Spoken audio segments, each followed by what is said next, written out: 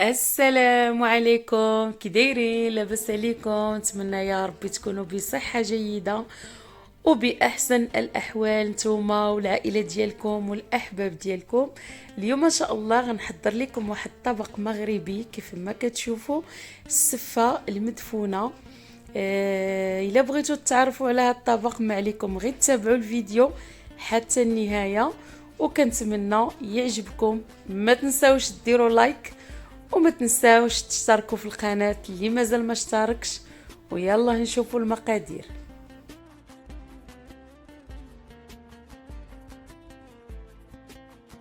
وبسم الله على بركة الله نبداو ان شاء الله بالمقادير. كنحتاجوا للشعرية من النوع الرقيق جدا، كنضيفوا لها الزيت نباتي، كنديروها في واحد الكسكاس وكنفوروها بحال الكسكس. وهذه كتكون التفويره الاولى، يعني كتكون غير بالزيت بدون ماء.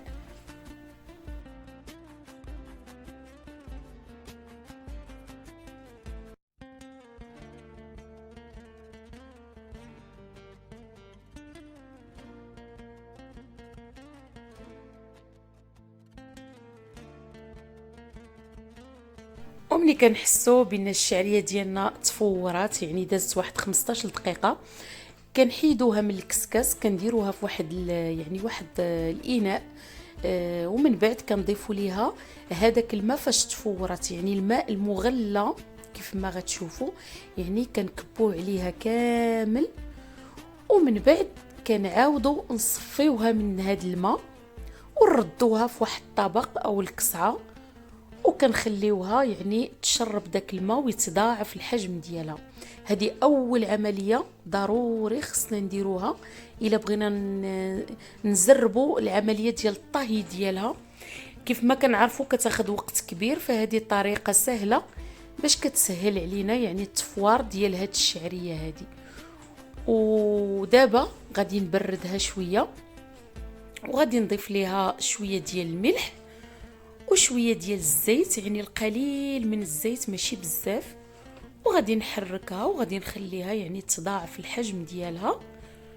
وغادي تشوفوا معايا يعني التفويره الثانيه حتى هي غتكون نفس العمليه.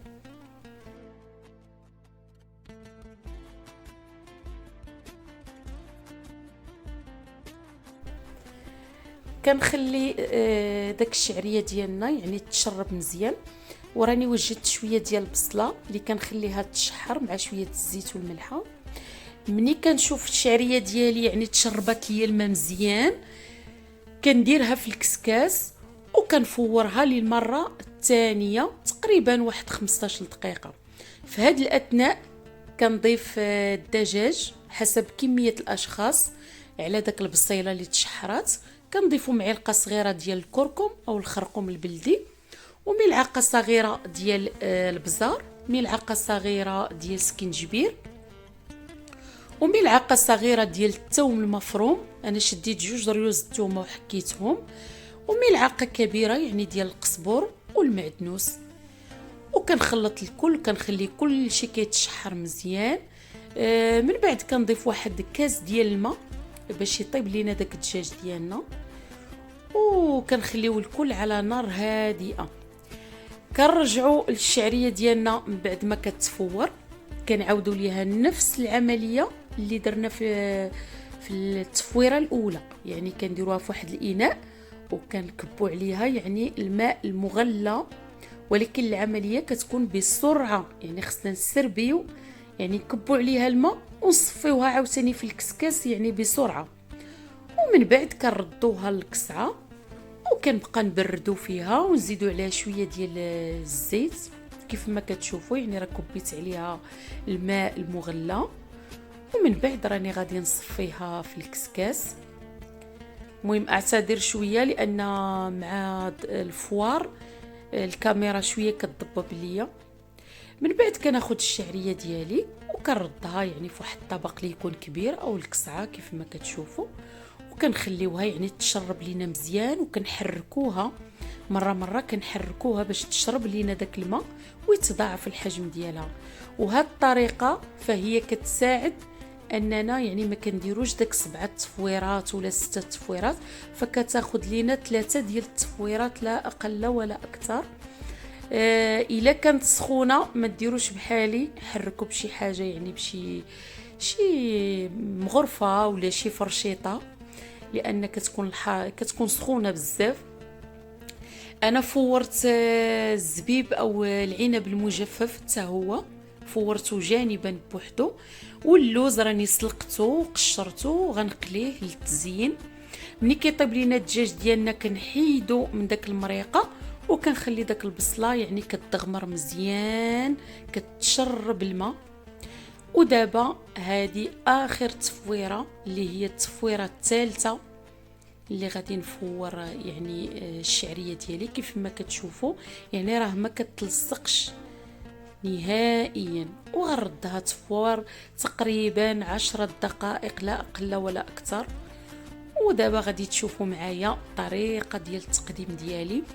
واحد الاضافه فقط، انا شفت في شي فيديوهات كيزيدوا الحليب، بغيت نجرب هاد الطريقه، انا اول مره غنديرو، ويعني كيعطي حتى هو نتيجه مزيانه، كتزيد ترطب لينا داك السفه ديالنا.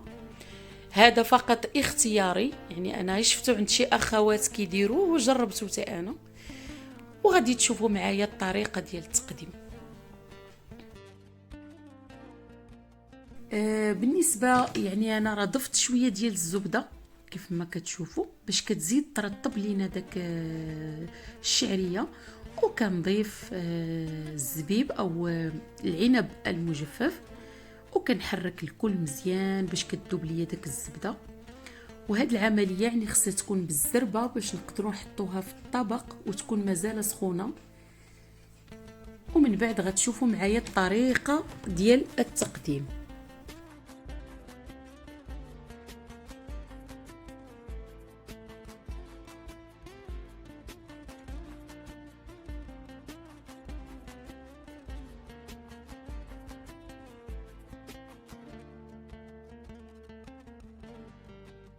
بالنسبه لهاد الطريقه يعني اللي اعتمدت عليها، فهي كتسهل لنا كيف ما كنقولوا الدريساج ديال الطبق باش كيجي يعني دائري.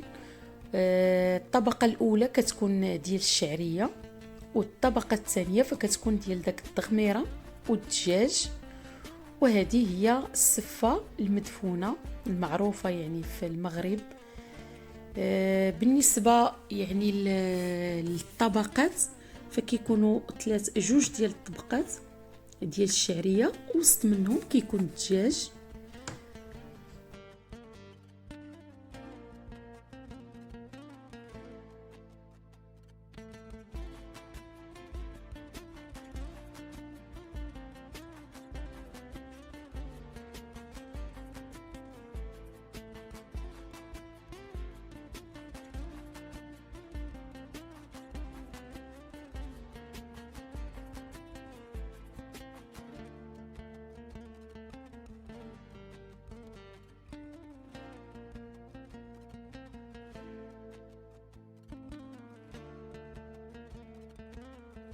انا اختاريت واحد الطريقه ديال التزيين، وانتم لكم الاختيار. خديت هاد الليمون وعمرتهم بالشعريه يعني سخونه، ومن بعد كنضيف اللوز في الجوانب وفي الوسط، يعني كنعمر اللوز مزيان من الفوق. هادوك ليمون ما كنحيدهمش حتى الوقت التقديم. كنضيف هذاك الزبيب اللي يعني شاط ليا من قبيله وكنديرو في الوسط. وفقط هذه يعني طريقه خاصه بيا ديال التزيين، فلكم حريه التزيين. تقدروا تستغناو على هذا الشيء كامل، تقدروا ديروا غير اللوز شويه ديال القرفه من الفوق وكتجي حتى هي يعني زوينه ورائعه في المنظر. من بعد كناخذ داك اللويزات اللي شاطوا ليا وكنزين بهذه الطريقه. وكيف ما كنقول ديما التزيين فهو اختياري. ضفت ايضا المشماش اللي عسلته على الطريقه يعني بحال البرقوق، وضفت له القرقاع من الوسط. وكيف ما كنقول ديما يعني ما نحيدوا هذا الشكل هذا الدائري ديال الحديد حتى نبغيو نحطوا الطبق للضيوف. بالنسبه لديك العشيشات فانا يعني زينتهم بشويه ديال الزبيب من الوسط، ولكم الاختيار. وكنتمنى ان الفيديو ديال اليوم يعجبكم وتجربوا هاد الطريقه، فانا حاولت انني نبسطها وبصحتكم وراحتكم. وما تنساوش الى عجبكم الفيديو ديروا لايك، والى اللقاء ان شاء الله.